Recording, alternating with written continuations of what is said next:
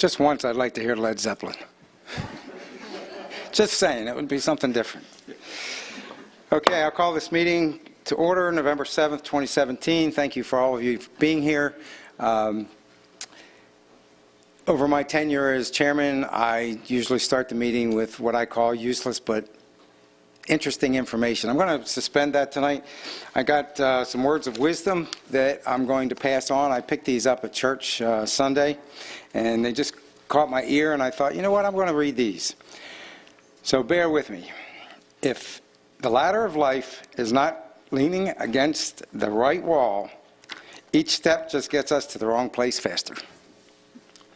And the second one is, the two most important days in our life are the day we are born and the day we figure out why. Yeah. So moving right along, we're going to do our invocation, and that would be yours, Mr. Barfield.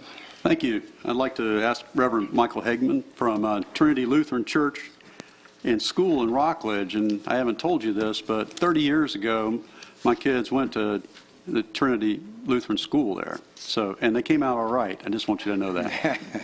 So just lead us in prayer, please. Well, thank Everyone you. Stand, please. Well, thank you for the honor, and let us go to the Lord in prayer. The Lord be with you. Amen. O Lord God, hope of the world, Savior of the nations, all governments are given by you for our good. Teach us to honor all who govern, especially our Brevard County Board of County Commissioners, Rita, Jim, John, and Kurt, and Christine, and all who support them, including Frank and Scott, for they are your servants. Guided by your Spirit, may they be high in purpose, wise in counsel, firm in good resolution, and wavering in duty, that under them we may be governed quietly and peaceably. Eternal Lord, today we as citizens had an opportunity to choose our leaders and representatives. We ask you to grant wisdom to all who have and will cast their ballots. Help us to choose the best and most honorable among us to lead, and give us leaders who will govern with wisdom and laws that bring order and justice to this great nation. Everlasting God, we ask you for your help, that you would help our citizens to unite for the common good of all, obeying the law of the land, setting aside selfish and all evil thoughts, and help us to support our leaders in all their work and to obey all laws that do not oppose you and your holy word. And gracious Father, we pray also that through your servants here today, your church may be provided with a continued environment in which your word may be proclaimed and taught rightly. May this word and the administration of your sacraments be given without interference or persecution. Strengthen the faith of all who trust in your Son as their Savior, with the knowledge that you guide and control all things. And finally today, Lord, you are our merciful Lord. Be gracious to the families of the church and community in Sutherland Springs, Texas, whose lives have been tragically ended and who are now at rest with you.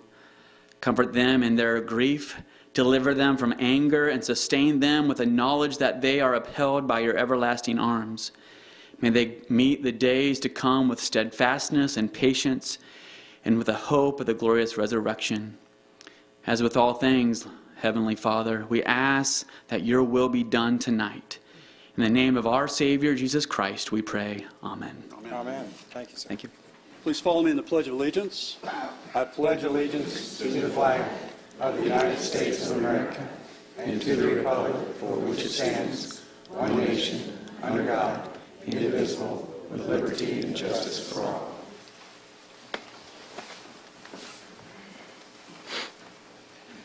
Okay, now we'll move into resolutions. First resolution would be from District 1. Yeah, Elizabeth Mkhitaryan, if you want to come forward. We have Hannah's Heroes tonight. I'm going to read this resolution and ask you to speak on this. And I just want to say the Mkhitaryan's do such an amazing job up in the county in District 1 and being involved in the county and aspects like this. I just want to publicly thank you for all you do and caring about our kids and everything that you're doing with this. I'm just really proud to know you, and thank you for this. It's an honor to get to bring this resolution to you. Whereas suicide is the second leading cause of death for ages 10 to 24, Whereas in 2016, there were 14 reported suicides by children ages 10 to 24 in Brevard County. Whereas more teenagers and young adults die from suicide than from cancer, heart disease, AIDS, birth defects, stroke, pneumonia, influenza, chronic lung disease combined. Whereas each day in our nation, there's an average of over 3,470 attempts by young people in grades 9 through 12. Whereas 4 out of 5 teenagers who attempt suicide have given clear warning signs. Whereas Hannah's Heroes is dedicated to educating the public on teen suicide and prevention. Whereas Hannah's Heroes' mission is to draw attention to our struggling youth population, provide support and prevention within our community. Whereas Hannah's Heroes has partnered with the healthcare system, Brevard County Public Schools, and community leaders to create a county-wide youth-teen mental health and suicide prevention task force. Now, therefore, be it resolved, the Brevard County Board of County Commissioners of Brevard County, Florida, does hereby recognize Hannah's Heroes for their dedication in educating the public in the prevention of teen suicide, done and ordered and adopted in regular session the 7th day of November 2017. I so move to approve this resolution. Second. We have a motion and a second. Anyone wish to vote no? Passes 5-0. Congratulations.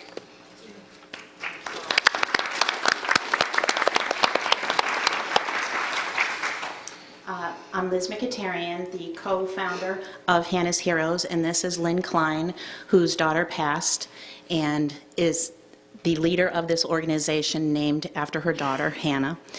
Lori Duster, who runs the Children's Center in Titusville, is instrumental in having this county-wide task force that you mentioned, and we can't thank you all enough for recognizing this as an issue. Children come first, and if we can't come together as a board, all 5 members, then it is really a problem. And so we really appreciate you doing that for us this evening to follow this cause. Our hope and our dream and our mission of Hannah's Heroes is to keep this subject in the light, not in the darkness. We need to talk about this. It is an issue for our children. Thank you so much for your acknowledgement. Thank you. Thank you for being here.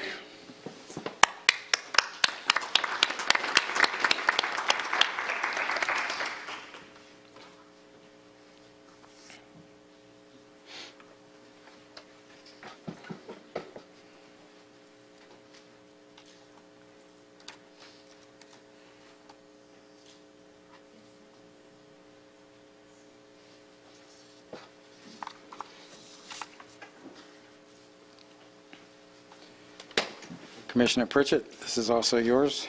Yeah, if we could have Mrs. Mkhitaryan back up, Mr. Mkhitaryan and Mickey. Just want him? Y'all don't want to come up with them?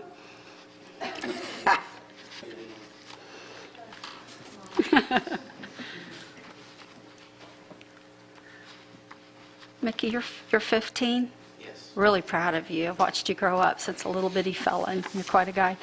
Whereas George Mkhitaryan III has achieved the rank of Eagle Scout, the highest rank awarded to a Boy Scout, by competing and demanding requirements of personal development, leadership, and community service. And whereas George earned membership in the Order of the Arrow and has worked hard towards his Eagle Scout Award, which he achieved on October 11, 2017 at the age of 15, whereas only 5% of all Boy Scouts earn the Eagle Scout Award, a performance-based achievement with standards that have been well maintained over the years. And whereas George attends Titusville High School, recently joined the varsity soccer team for his high school. And whereas for his Eagle Scout project, George designed and supervised the building of cabinetry needed to store equipment up and away from little children at the Children's Center in Titusville. Whereas the lessons learned by obtaining the Eagle Scout Award are important to not only the life of the Scout, but also to enhance the future development of leadership in our nation. Now, therefore, be it resolved that the Brevard County Board of County Commissioners does hereby recognize and congratulate George Mkhitaryan III, Mickey, for his outstanding efforts in obtaining his Eagle Scout Award, and offers congratulations and best wishes for your successful future, which I know you're going to be great. Done and ordered and adopted this regular session, the 7th day of November, 2017 AD. I so move to approve this resolution. We have a motion to approve and a second. Anyone wish to vote no? Passes 5-0. Congratulations.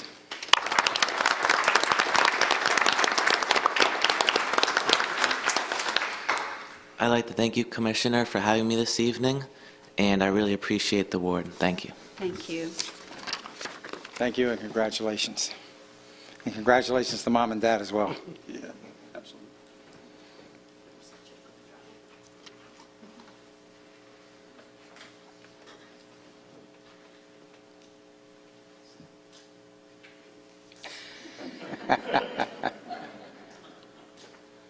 George, it didn't help. You're still shorter than him.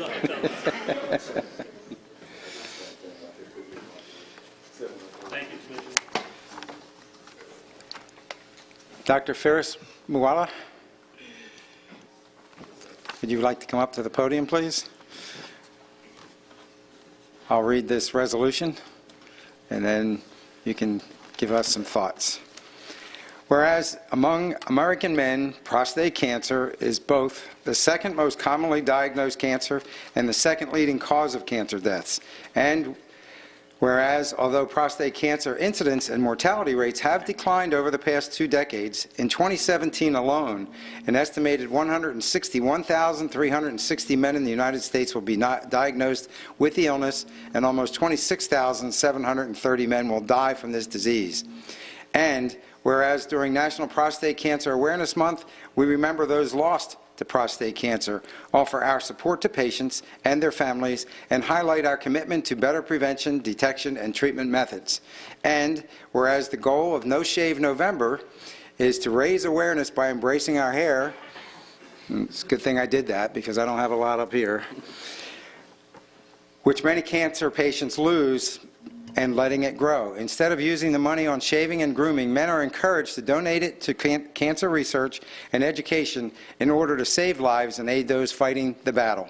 And whereas the District 4 Commission Office has indicated a desire to help support the treatment and awareness of prostate and testicular cancer by promoting a program entitled No Shave November. And I'm happy to say that we have an awful lot of our county staff that are here with their beards growing. We have these 4 guys right here, and me, and Mr. Barfield, Mr. Tobiah, and the women are there in spirit. Now therefore be it resolved that the Board of County Commissioners of Brevard County, Florida does hereby proclaim November 2017 as No Shave November in Brevard County and supports research, awareness, and treatment of prostate and testicular cancer, done, ordered, and adopted in regular session the 7th day of November 2017 AD. I make a motion to approve this. Second. We have a motion and a second. Anyone wish to vote no? Passes 5-0. You have the floor, sir.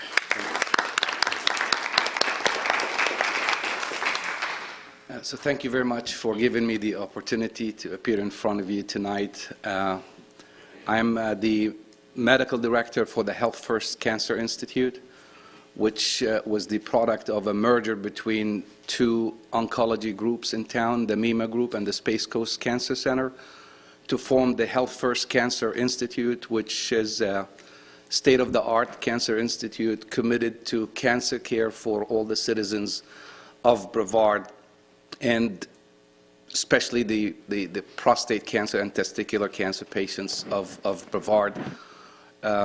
We fight the battle with those patients. We help them get through all the issues that people with cancer have to go through in terms of side effects and toxicities. But we're working hard on improving cancer care in Brevard. We're investing in state-of-the-art equipment for the patients. We do chemotherapy, immunotherapy, targeted therapy, all the advanced treatments that are sometimes available at tertiary and care cancer centers. We affiliate with Moffitt Cancer Center to provide excellent care that we may not be able to provide here in Brevard County. And I could tell you that on behalf of the Cancer Institute, we are all committed to our mission. And thank you much.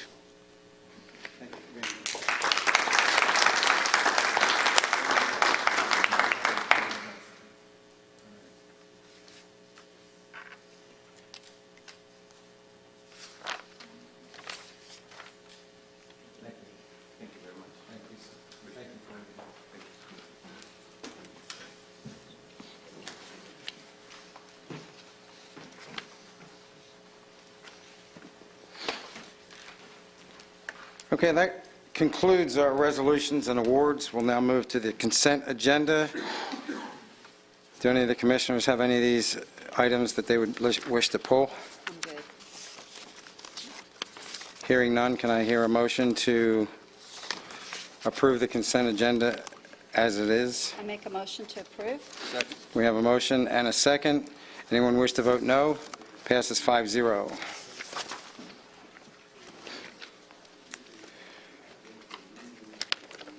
Okay, we'll move into public comments, and we have none. We'll go to public hearings. 4A.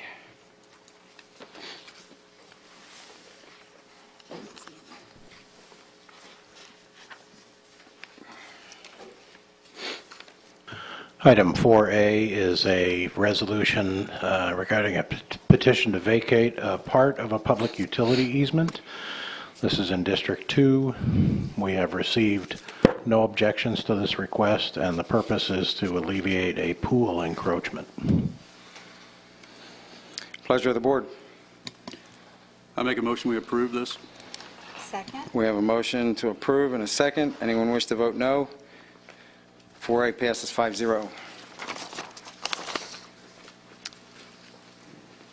4B.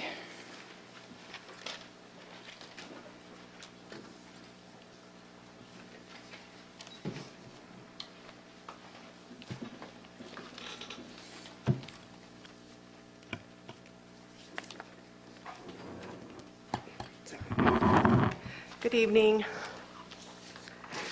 This was a late addition to tonight's agenda to accommodate the applicant's tight grant schedule.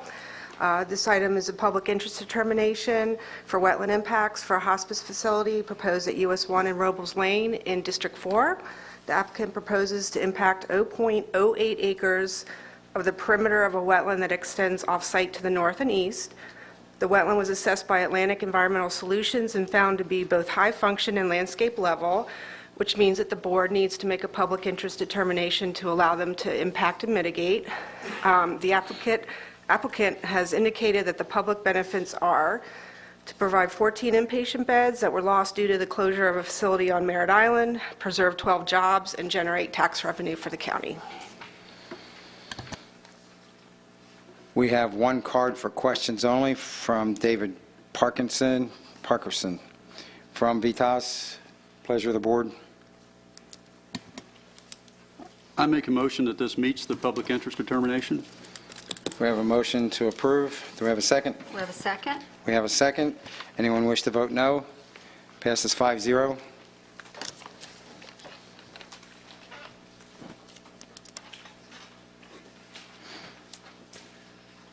5B.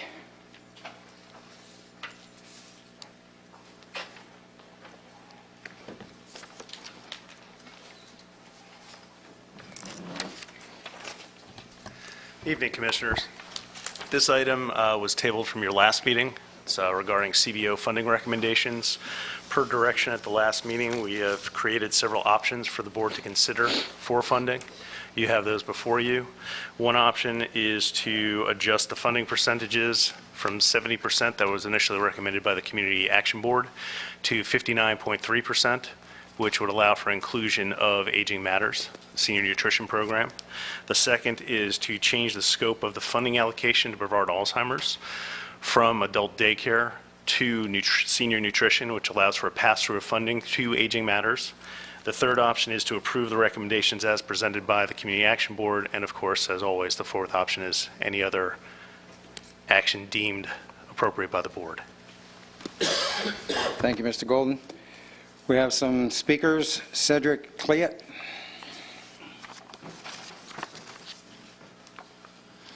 Well, first, I'd like to thank the board for the opportunity to come and share my concerns in regards to the Community Action Board recommendations. Your name and address, please. I'm sorry. I'm sorry. Cedric Cleat. Address is 1000 Inspiration Lane, Melbourne, Florida, 32934. Thank you. And definitely respect the process of the Community Action Board. My concern is that in one of the examples that were given, it appears that AMI Kids was kind of leapfrogged in that. And I believe that all the agencies are definitely quality agencies for the funding. I would request that we take another look at that if we're going to go with that model. And I don't know if it's some way that Aging Matters and AMI Kids could split the 59% or something like that, but that we do not get skipped in that process. Thank you, sir. Thank you.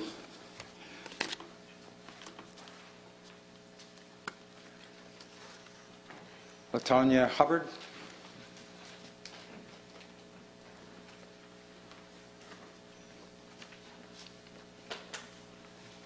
State your name and address, please. My name is LaTonya Hubbard. I live at 3795 Catalina Drive in West Cocoa, Florida. You have the floor. I sit on the CBO board, and we came up with these recommendations. And so, of course, we would love to fund everybody because every agency is important, but of course the funding is limited. And so, with the request or the change that one agency wants to do, I don't think it would be right if you guys change the number to skip over another agency. And so, like I said, I know that every agency is important, but just to take a look, if you're going to give money to another agency, it should be the one in the next score, and that agency shouldn't be skipped over.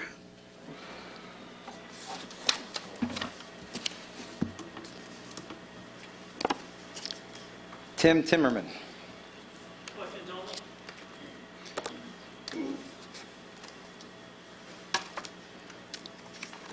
Janice Miller.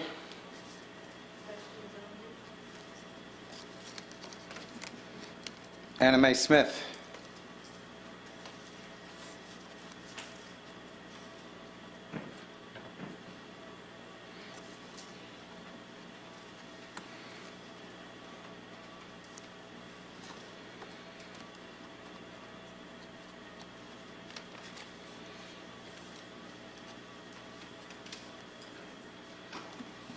Good evening, everyone. My name is Anna Mae Smith, and I'm the president of the Board of Directors of the Space Coast Center for Independent Living, and I live at 1881 Barrington Circle in Rockledge.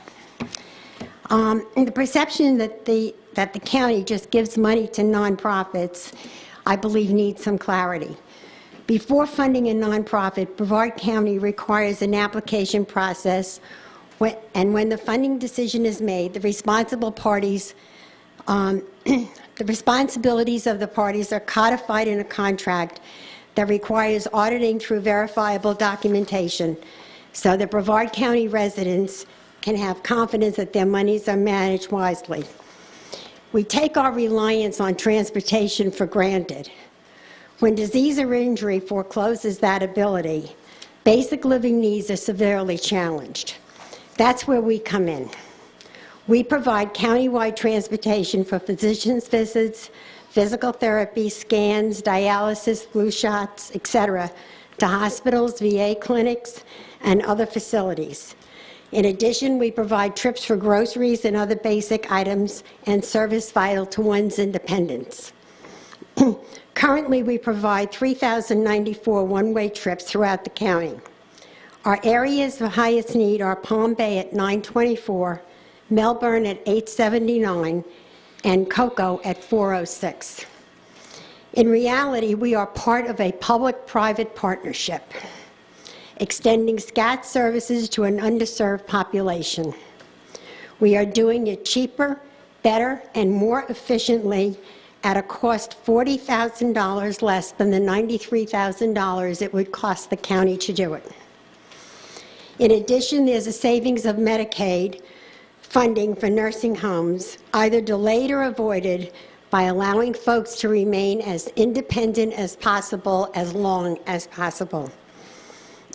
Because we are out in the front lines of the community, we often have the opportunity to identify people who are at risk and avert or prevent a tragedy.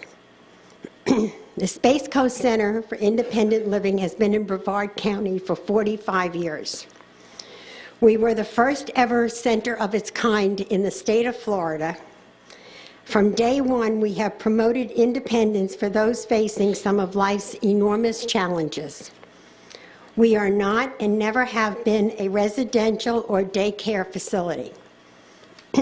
We have had occasion when a veteran needed to arrive at the VA clinic early, before opening hours, to access service in Tampa. Our drivers have come in before hours to make this happen.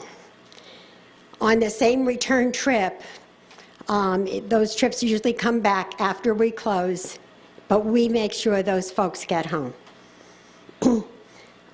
Some years ago, I was faced with transporting my husband to dialysis.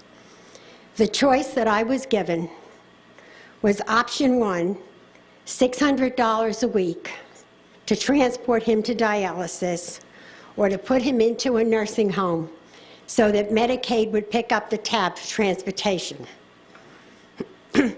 We can only wonder what folks do when faced with a cost-prohibitive option on one hand and an even more costly, heart-wrenching option on the other. Like many service organizations, we do much with little. We know the value of a dollar. We squeeze the most we can out of every cent we get. And we are acutely aware that someone's health, welfare, and survival depends on us. Thank you. And I have some stuff for you, if I may give it to you. Sure. Tara Paguarini.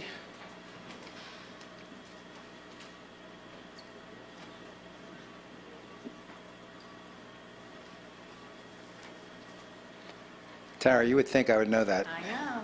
You didn't do too bad. Good evening.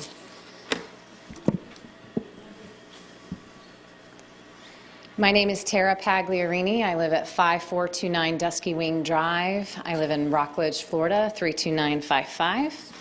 I'm the Executive Director of Family Promise of Brevard. I'm also the Provider Forums Chair for the Brevard Homeless Coalition, as well as the Chair for the Emergency Shelter Network for the Brevard Homeless Coalition.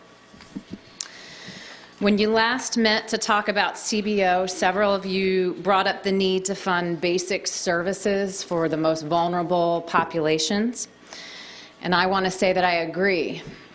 We should focus our limited resources on the most vulnerable in our county. No one should have to worry about where they're going to sleep tonight or how they are going to eat, especially not a child. As of this afternoon, 1,649 students in Brevard County School District were coded as homeless.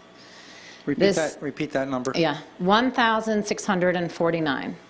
That's Brevard County School District number through the Students in Transition program from Dr. Sally Shin. And this number doesn't count for children birth to 5 years old, who we know make up 40% of all children who are homeless in this country. And with housing instability comes food instability, which was the issue that was brought up at the last meeting. Brevard County is on track to exceed last year's count of 2,262 students by the end of this school year. Family Promise of Brevard is committed to ending family homelessness in Brevard County. We do this by meeting the most basic needs for families by providing them with emergency shelter, 3 nutritious meals a day, and intensive case management support focused on helping families return back to stable housing.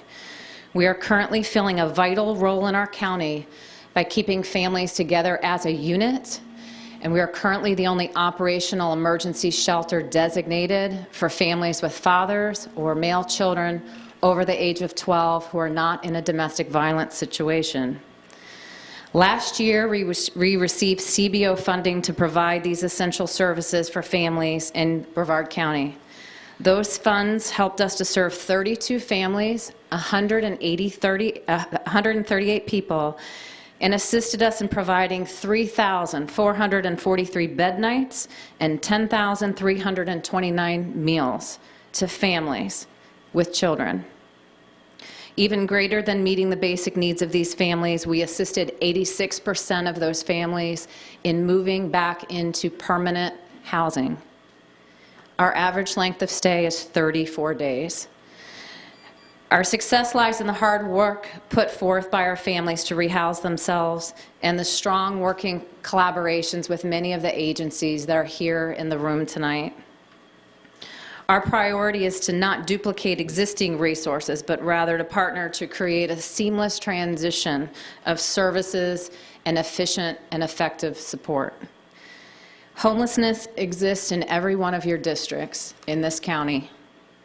As you are making your decision tonight about how you're going to fund and discussing basic needs and the most vulnerable, I want you to remember the 1,649 students who are currently homeless in this county. Students whose families are asking for a hand up and not a hand out. Families whose income is not enough to afford the fair market rate of a 2-bedroom in this county of $884, who are living in hotels and motels, who are doubled up with others, who are sleeping in their car tonight or in the tents at Wickham Park. I want to thank you for your time and your consideration. Becky Lindstrom.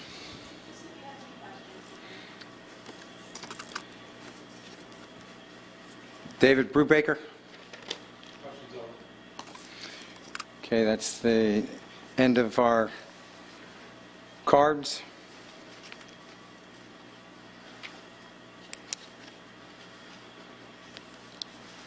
Pleasure of the board.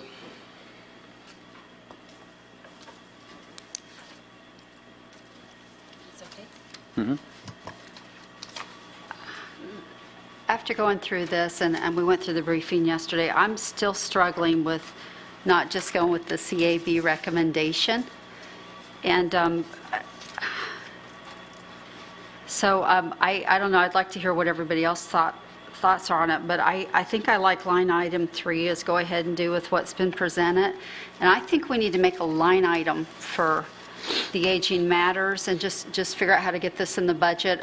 I think that's a tax savings for us. Most of these things are, but I think we're going to have to include Aging Matters some way, somehow, because it's going to save us money through the year doing it. So my hope would be, and I know we have to go through everybody here, I would like to go ahead and just approve what you submitted and then just add a line item to pick up somehow the Aging Matters portion. So are you making a motion to accept option 3? Yes, sir. If we can find a way in the budget to include Meals on Wheels, that would be my favorite thing to do, but I wouldn't mind hearing from you guys, too, if anybody else has got a clever idea. We have Mr. Tobias. Thank you, Mr. Chair.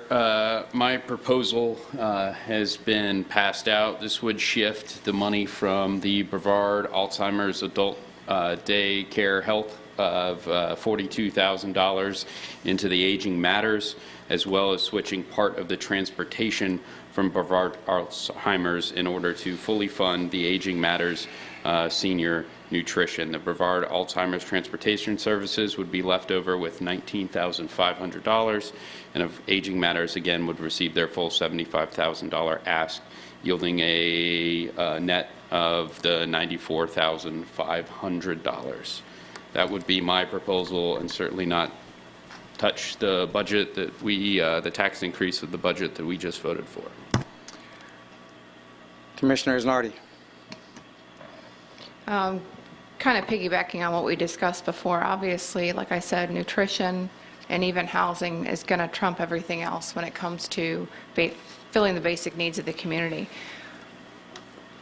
And, you know, I met with the Aging Matters Director, and I just want everyone here and everyone that's listening or watching to be clear that Aging Matters didn't come or call my office to say we didn't get funding. In fact, they are actually put in the awkward position of being a little uncomfortable being at the center of this, because this is a commission sort of initiative to try to fund them in this program. So just so we're clear, Aging Matters did not, solicit my office or ask this commission, at least that I'm aware of, ever to try to get them their funding. What I'm concerned about, and without trying to directly throw, the Alzheimer's Foundation under the bus, is that they have had some management and some financial issues in the past. And what I do like about Aging Matters is that they are often a pass-through for some of these other organizations as far as handling transportation and daycare services. So what I would like to see, and just given their track record, given their leadership, given their accountability and their financials, I would rather see Aging Matters manage the financial aspect of the CBO funding and delegate if they demonstrate, if Brevard Alzheimer's Foundation is able to demonstrate that they can provide strong financial support and leadership and directorship to justify how they're spending their money and how they're leading their organization.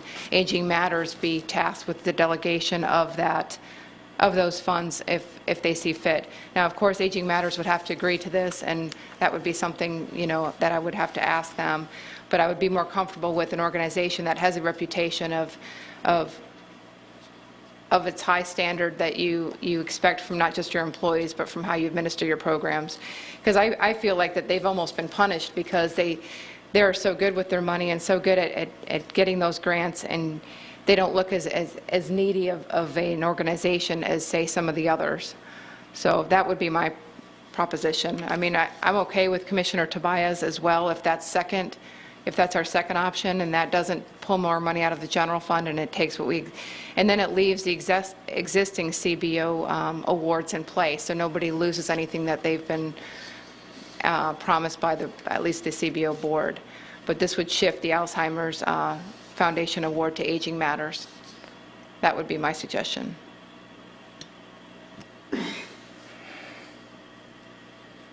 Mr. Barfield. Yeah, this board made a decision on how we funded CBOs, and we ended up cutting it. I think what we should be doing is going ahead and go with number three. We have Community Action Board that did their review. They did a very good review. If we want to make any adjustments at mid-year, then let's take it on then. But we just got a budget to start at October 1, and I think that's the best way to go. I second that. You made the motion already. You already made the motion. I'll weigh in. I want to divulge that I spoke to Tim Timmerman from the Brevard Alzheimer's Foundation today. I called him because I wanted to hear his thoughts, and basically he said that he was good with whatever the board wanted to do, and I thought that was rather magnanimous of him and generous. My feeling is that the board has already made a decision on how we're going to handle CBOs, and I think option 3 is the best route to take. We're at the end of the year, and we're going to be turning those ideas over. The process exists. I think it's not perfect, the process, but it's fairer than just the board making decisions.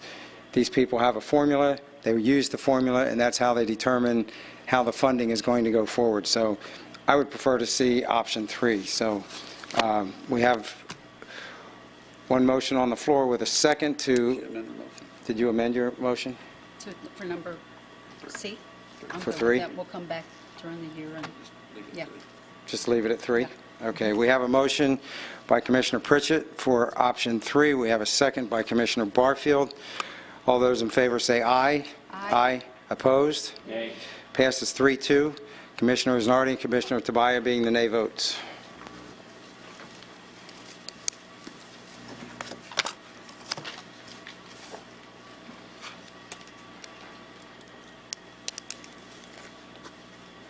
Okay, moving to 6A.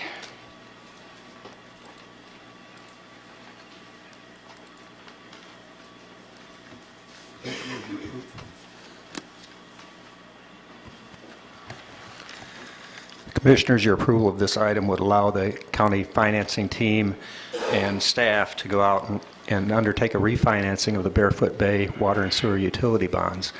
A refinancing based on interest rates could save us up to $100,000 a year in debt service, so we would love to be able to do that.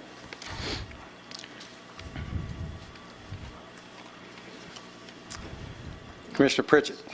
I want to brag on you guys a little bit for doing this. I think this is good government and good finance of finding ways to save money without it really costing. It's just good. I think this is really incredible, and I'm just going to make a motion to approve this. Second. We have a motion on the floor. Second. Any other comments? All those in favor say aye. Aye. Opposed? Passes 5-0. 6B1. Good evening, Commissioners. 6B1 is requesting an authorization to go out for a request for proposal for the operation and management of the River's Edge Center. Pleasure of the board. I move to approve. We have a motion to approve. Do we have a second? Second. We have a motion and a second. All those in favor say aye. Aye. Opposed? Passes 5-0. 6B2 is the renewal of a sovereignty submerged lands lease with the state of Florida for the Lake Washington Park. Pleasure of the board. Make a motion we approve. Make a motion we approve. We have a motion on the floor to approve. Do we have a second? Second. We have a second. Any discussion? All those in favor say aye. Aye. Opposed? Passes 5-0. Thank you. 6F1.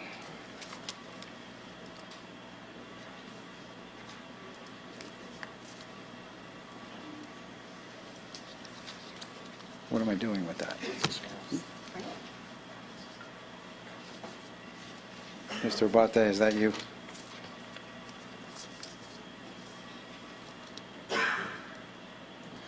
This is Central Florida Crime Line letter of authorization to Florida Attorney General regarding Crime Stoppers Trust Fund dollars.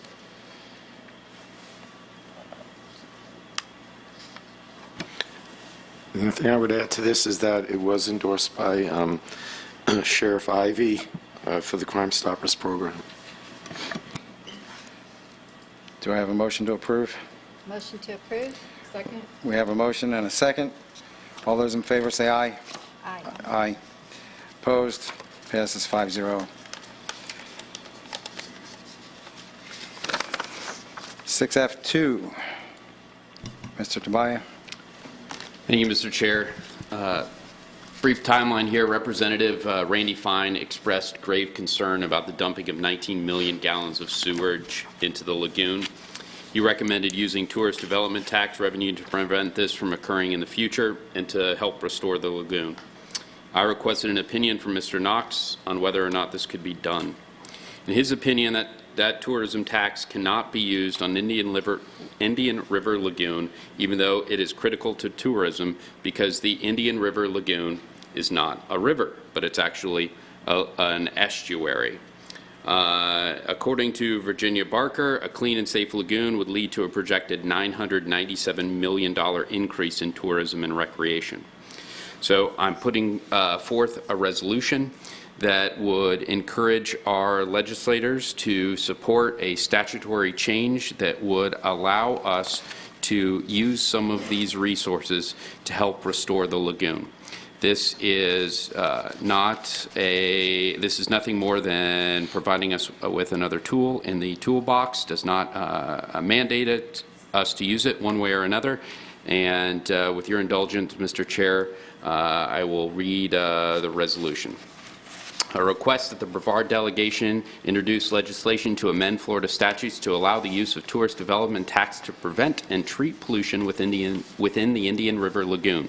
Whereas 71% of the Indian River Lagoon is located in Brevard County, and whereas the citizens of Brevard County have repeatedly made their wishes of clean and safe lagoon clear, and whereas the Indian River Lagoon is an estuary of critical importance to the local, regional, and national ecology, and whereas fish kills are frequently occurring within the Indian River Lagoon, including severe fish kills in 2016 and 2013, and whereas algae blooms, including those which have a direct impact on the health of citizens and visitors of Brevard County, have occurred in 2016, 15, 13, 12, and 11, and whereas pollution in the Indian River Lagoon has been a major contributor to the loss of more than 60% of seagrass beds, And whereas it has been determined by the County Commission that a voter-approved Saver Lagoon tax revenue should not act to reduce other allocations made to protect the Indian River Lagoon, and whereas events such as algae blooms and fish kills have deleterious effect on local quality of life and tourism, and whereas County Attorney Scott Knox issued an opinion that tourist development tax revenue cannot be used on infrastructure upgrades designed to prevent pollution of the Indian River Lagoon,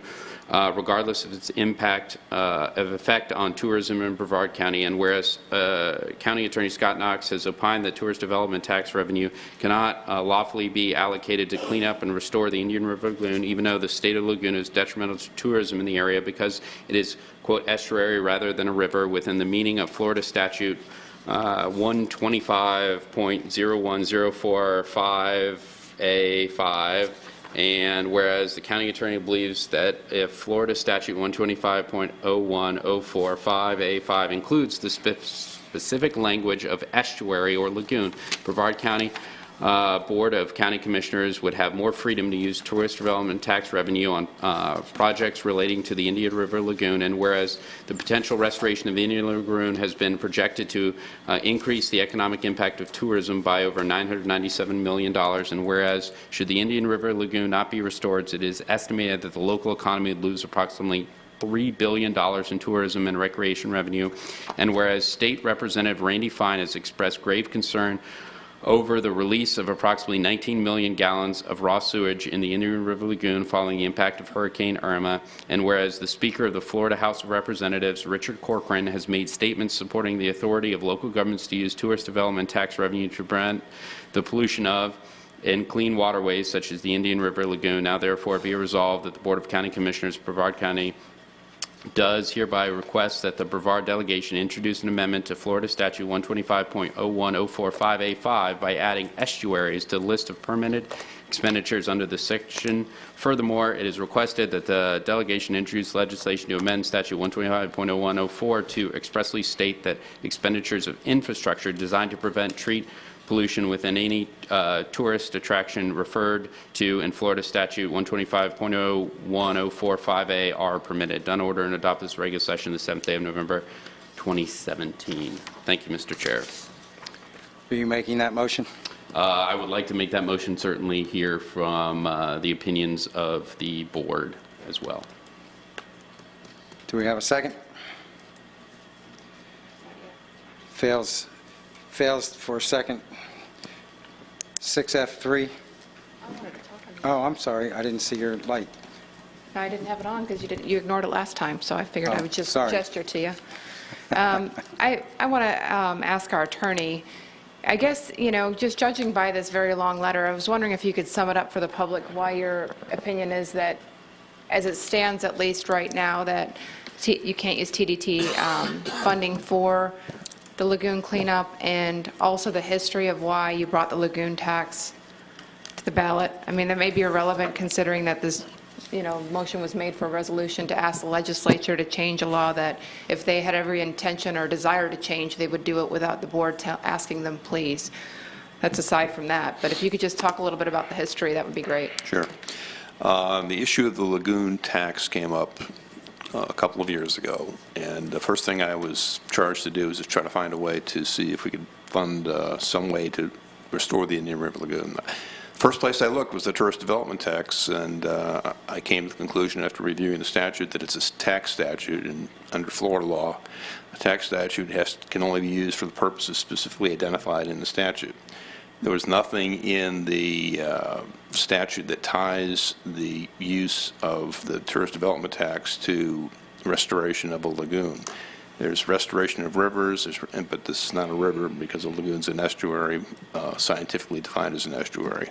Therefore, it didn't qualify. And in order to do anything about using the tourist development tax, the legislature is going to have to amend the law to add estuary, lagoon, or some similar term that will cover that particular use. Apart from that, my next step was to go to find a way to use the infrastructure sales tax for the purposes of restoring the lagoon. We were able to find a way through the statutes to get that done, and it went out for referendum, was approved by the voters.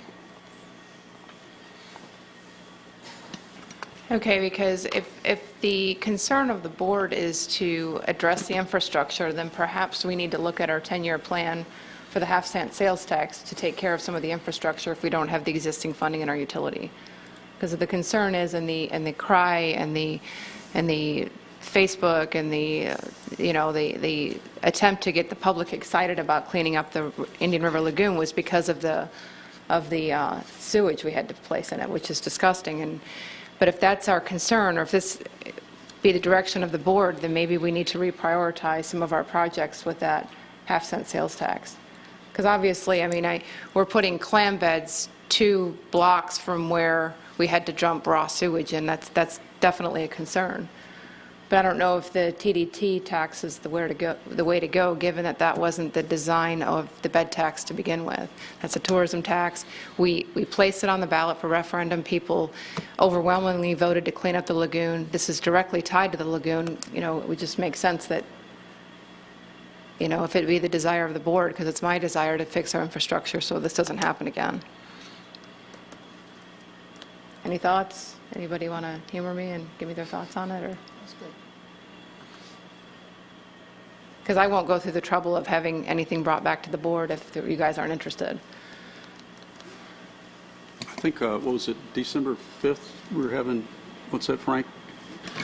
Yes, we plan to bring back on December 5th. The utilities will be making a presentation to the board about what it is doing relative to their capital improvement plan, modifications that they are in the process of reprioritization that they're doing, and other options that might be available, and they're specifically focusing on, what occurred after Hurricane Irma and how it impacted discharges into the lagoon. Okay. Because again, my concern is this has been made to be an issue that's an either-or. Either you force the hand and ask very nicely that our legislature changes the law to allow us to use TDT funding for it, or you fund TDC projects that were recommended to us. And I don't like that perception, because to me it's not an either-or. We have the half-cent lagoon sales tax. We have a utility bond of over $100 million available for projects. So to me it's not an either-or, and I just want that clear, because obviously we all care about the lagoon. But we have to be smart about it instead of just trying to get a Florida Today headline. I agree with you. I've said my piece. Okay.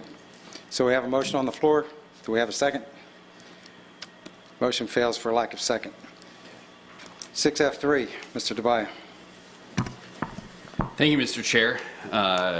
Through public record requests, I sought information on the spending practices of all CRAs in the county. After reviewing this information, I requested the county attorney's office review and issue opinion based on the downtown Melbourne CRA and the Old O'Galley River CRA. The county attorney issued an opinion that was pretty clear that both the downtown Melbourne CRA and the Old O'Galley CRA was not acting in the proper manner. In addition to that, the same Attorney General's opinion that Titusville relied on goes into direct contradiction to what both the Old O'Galley CRA and the downtown Melbourne CRA.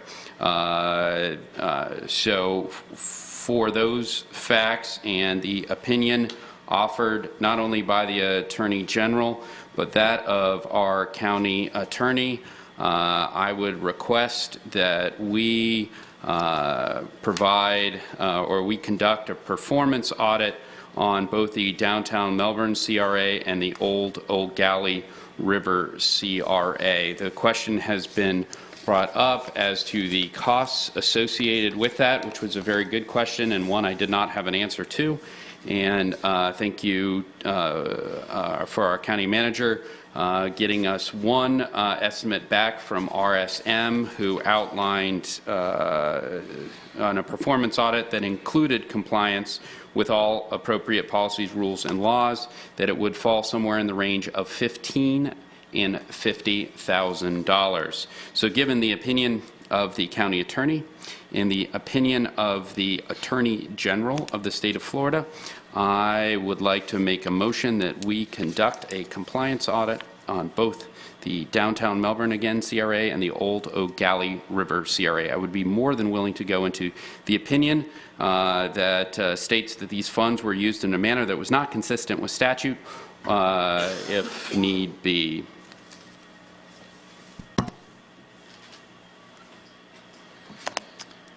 Thank you, Mr. Tobias.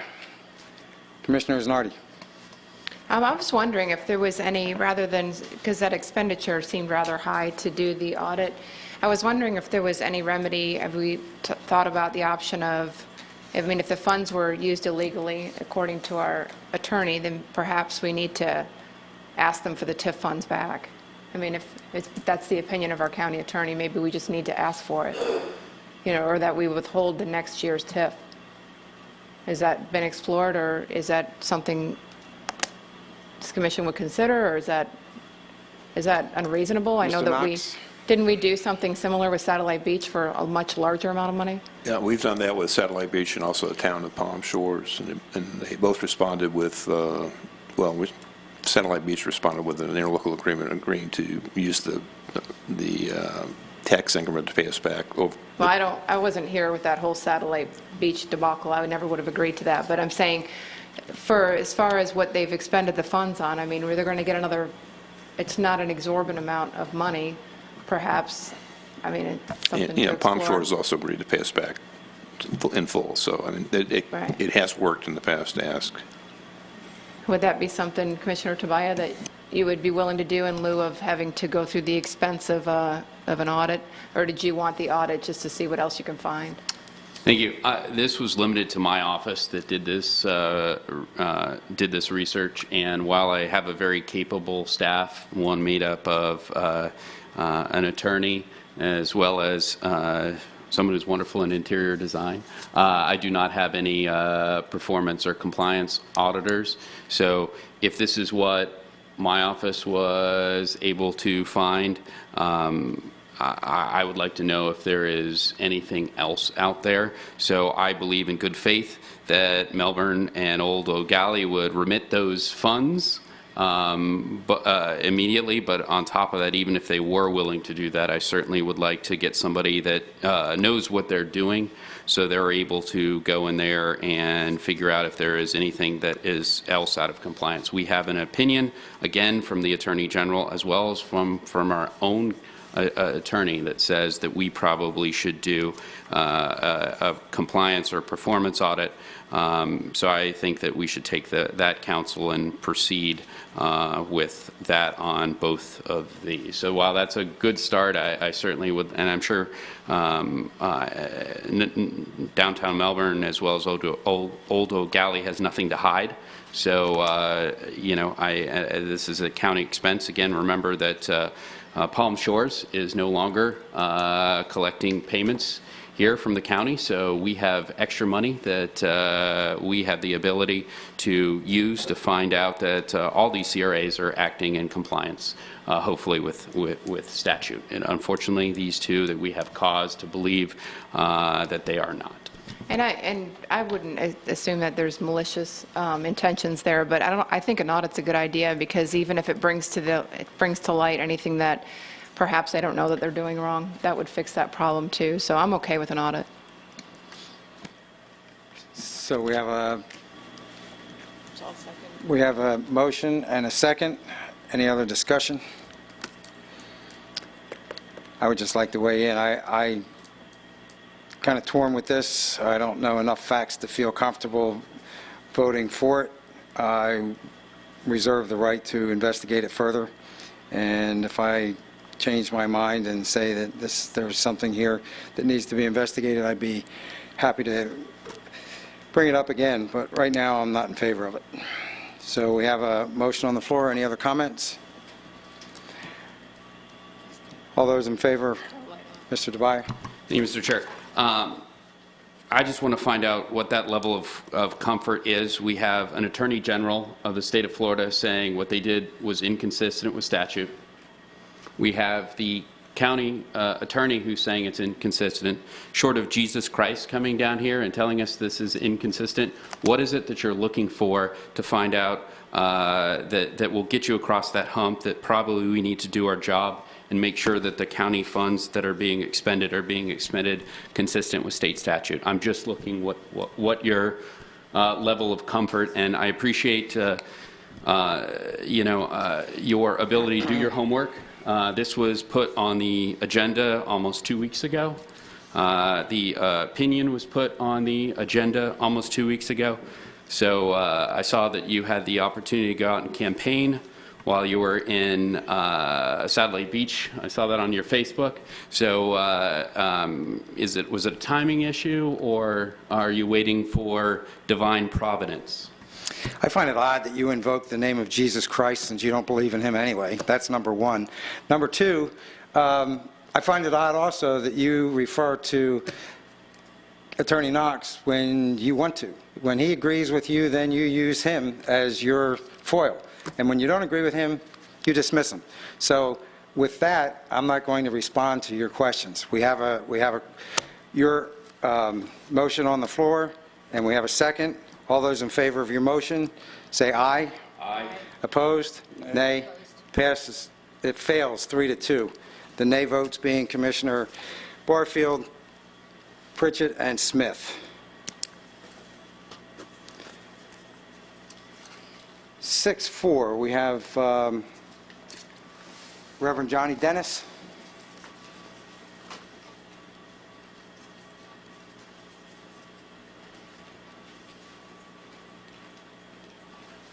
Good evening, everyone. My name is Reverend Johnny B. Dennis. I preside at 3710 Carolina Drive, West Cocoa. I rise today to enter a proposed resolution for term limits. No constitutional officer should remain in office for more than 2 terms. A public office should not be a rest home. After the National Action Network received a great number of calls, we did a survey in all 5 districts. 72% of the voting taxpayer citizens states, I would support term limit if it's placed on the 2018 ballot. Term limits is important because it hosts corruptions and special interests, which are not inconsistent with the county's charter. Term limits bring new ideas to the table and make fair and equitable push to control organized crime in our county. The 4 constitutional officers who don't have term limits are the Brevard County Sheriff, the tax collector, the property appraiser, and the clerk of courts. Term limits gets rid of career politicians and promote political accountability. It strengthens democracy. It ensures long-term stability. In a true democracy, the citizens should have a say in who speaks for them in our county government. No one person should have too much power for a long time. With that said, citizens of Brevard County asked the National Action Network to petition this Board of Commissioners for term limits to vote to place it on the 2018 ballot. The Board of Commissioners have the power to do so and a duty to the citizens of Brevard County. We ask that you present our interests.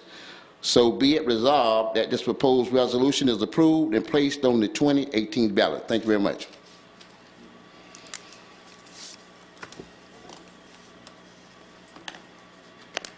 Okay, that completes our new business. We'll go to public comments. We have one card from Charles Tovey. Charles Tovey, 2555 Roberts Road, Melbourne, 32940. I missed the zoning meeting and some others, and I have to remind myself, my card was on fire, and I don't want to get... Before that, we thank all those who have sacrificed their lives for our country and for our community and for the rest of those. And the ones that don't get paid first and the ones that take it as a job, we appreciate, and happy Veterans Day to all, a safe and happy holiday. I've let my captains go, and they're throughout the community, and we reviewed a little bit, I did, and they want to thank Commissioner Tobias for his level of standards that he's bringing to our commission. And although things that are evolved or happening at this commission is not necessarily at fault, and we would like a motion to have a 10-year from 2008 to 2016 audit, and prior to that, 2004, or how about a 20-year audit? And we are living through the symptoms of our problems before this. administration, or however you want to say it, and excuse me for not being politically correct on things, but I did want to address the fire, and I have a problem. These people tell me, these are officials that tell me they're going to look into things and they're going to do something for me, and then my time elapses and nobody does nothing, and it's my responsibility to chase these people down when I'm not even allowed to make public comment in public places or go to the law library and do my research, and I've been deprived of things, and it's about the fire, all these suspicious things, but yet no one does anything about it, and there's no suspicion involved. It's just a matter of coincidence. But it was an electrical fire because I have solar panels, and you can clearly see an accelerant was used, and the news camera pictures a suspect, whom I call a suspect, at the time of the fire right outside the grass I mowed and with my finish mowers, and he's out there with his bush hog, so there's no fire. That's motive, opportunity, suspects, all for my property. I cannot live in like everybody else does. 4 patrol cars came for me parking in the road. I was unloading 50 degrees in my shorts. Don't put in, get your hands out of your pockets, don't move, but yet they leave the fuel tank down the road, and soon after that, there's trucks all along. Yeah, and don't forget the comment about my Mustang, and they launch projectiles on my vehicles daily, and all the things that I'm cleaning up as is from, just like the roads in a lagoon, are things that have been ignored, excused, or dismissed. And have a nice evening. Happy Veterans Day.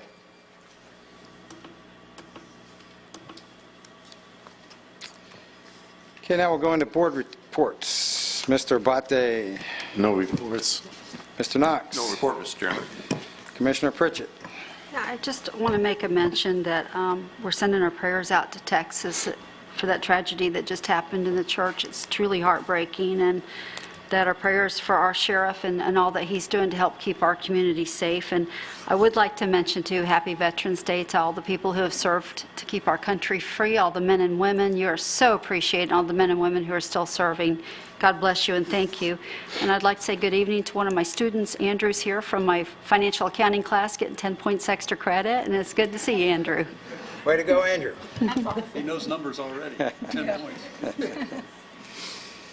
Commissioner Barfield. Again, for Veterans Day, Saturday, just like to let everybody know, at the Veterans Memorial Center on Merritt Island, 9 o'clock, there will be a presentation really to remember all our veterans. And if anyone can be there, I'd really appreciate that y'all be there, because it's a very important and very exciting time. Commissioner Tobias. Thank you, Mr. Chair. On October 10th, the board voted 4-1 to approve Tourism Community Development Plan, which included 5 projects totaling $14.4 million. On October 27th, all commissioners received an email from Mr. Knox detailing why, in his opinion, that we are not permitted to use tourist development tax revenue to clean the lagoon. Something in that opinion jumped out at me. On page 3, Mr. Knox states that likewise, the Attorney General has applied the same principles to find that tourist development tax revenues may not be used for repair, construction, and improvement of boat ramps and parking facilities. Yet, on October 10th, one of the projects in the package brought to us was all about improvements of a boat ramp and a parking facility. That would be the Oars and Paddle Park and Pier project. We had a presentation on the boats. The applicant was the Space Coast Dragon Boat Club. And so my question would be for Mr. Knox. Was it legal for us to allocate the $200,000 of the tourist development tax to Oars and Paddles project to improve parking and boat launch, given the Attorney General's opinion 91-62?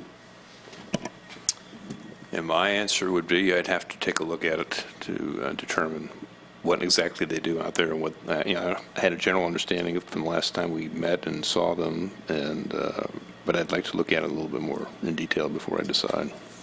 Follow-up. Given that one project may not meet statutory guidelines, would it be wise to review all projects before dispensing any more funds? Again, to the Mr. Knox. From my perspective, I don't recall any other ones that would have been a problem. Most of those have been address them one way or another sometime. But again, I can go back and look at them if you want me to. And finally, so would it be in your best opinion that we put a hold to at least the funds with the oars and paddles, or would you suggest that we continue funding those the way they stand? Well, if the board wants me to weigh in on that, it's up to the board. It's really kind of a policy call at this point. It's been approved and it's on the list, and I'm sure I'll get an opinion back relatively quickly upon whether it's qualified. When would those funds be approved, submitted? When would they be? Well, you'd have to ask Frank that one. Have Eric weigh in, Eric, because he knows this stuff. we're not going anywhere. You don't have to hurry. I want to keep. The process is that the final project packet has to go back to the TDC. That final packet has not been submitted yet, so the soonest it would go back to the TDC for final approval before funds can be dispersed is December, the third Wednesday in December. So obviously, we have enough time for you to get back to us. Mm-hmm. You finished, Mr. Tobias? Thank you, Mr. Chair. Commissioner Isnardi. I think that was from before, but that's... Oh, Board reports. I thought you were responding to a light. Wow. So No, are your we... light's out. Are we taking any action on that? Are we going to ask the... Because I'm concerned because his opinion came back that says that we have basically voted and approved items that may have been illegal to approve according to statute. Before the funds are dispersed, we'll have an answer from Mr. Okay, Knox. so that is the official, because we didn't vote on that and I wasn't sure. Right. We just, okay. So I would just say thank you to our veterans, thank you to our staff. Everybody doesn't see what often goes on behind the scenes. These guys work overtime, not just to help our constituents in all of our districts, but just to try to find solutions within our limited budgets on what we can do. And I just wanted to say thank you again. And my board report is also to thank our veterans. This is a very solemn weekend coming up. We have an awful lot to be thankful for in this country. And if we didn't have veterans out there fighting for our country, starting way back in 1775 when those activities started, right up to the current day, I would dare say we wouldn't be here tonight doing what we're doing. So we have an awful lot to be thankful for with regard to those. And I would also like to wish a very happy birthday to my lovely wife. Happy birthday, Linda. It's her birthday today. And this meeting is adjourned.